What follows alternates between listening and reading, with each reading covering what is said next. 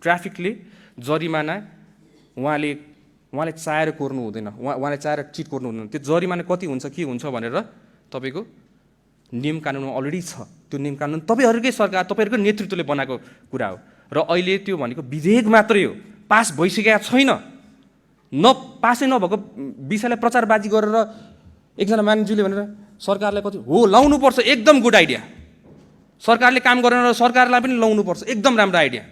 तर प्रश्न पनि पारिदिनु पर्यो होला नि जनतालाई। यो त विधेयक मात्रै हो, पास त भएको छैन। यसमा छलफल हुन्छ, तपाईँहरूको राय सुझाव हुन्छ, तपाईँहरूले आफ्नो ओपिनियन भन्नुहुन्छ, यो भएन भनेर तपाईँहरूले पनि कराउनुहुन्छ, उठ्नु होला, संसद अवरोध गर्नु होला। हामी पनि आफ्नो जनतालाई दुःखमा देख्न चाहन्छौँ होला त। हामी तपाईँको आँसु हेर्नु सक्दैनौँ। यस्तो हो अहिलेको सरकार। तपाईँ विपक्षी होस्, तपाईँको पनि आँसु हेर्नु सक्दैनौँ हामीले।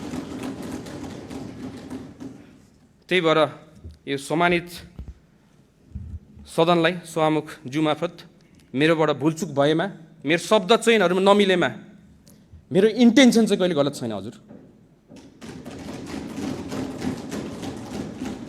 5 इयर्समा 5 वर्षको कार्यकाल हो। 5 वर्षको कार्यकालमा मैले भनिरहेको छु,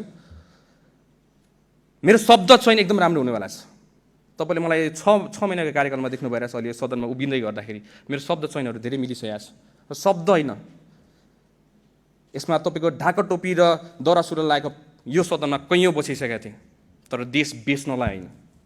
तपाईँ जे लाउनु तपाईँको पहिरनसँग नहोस्, तपाईँको इमान्दारिता, आफ्नो देशप्रतिको एउटा माया, एउटा पेट्रियोटिक मान्छे हुनुपर्छ जस्तो लाग्छ मलाई चाहिँ। आज यो देशलाई केही पर्दाखेरि ल भन्नुहोस्, सुदन गुरुङलाई राखेर यो देश बच्छ भने सुदन गुरुङलाई गोली ठोक्नुपर्छ भने फर्स्टमा सुदन गुरुङ नै आउँछ तपाईँहरू सबैजनालाई बचाउनको लागि।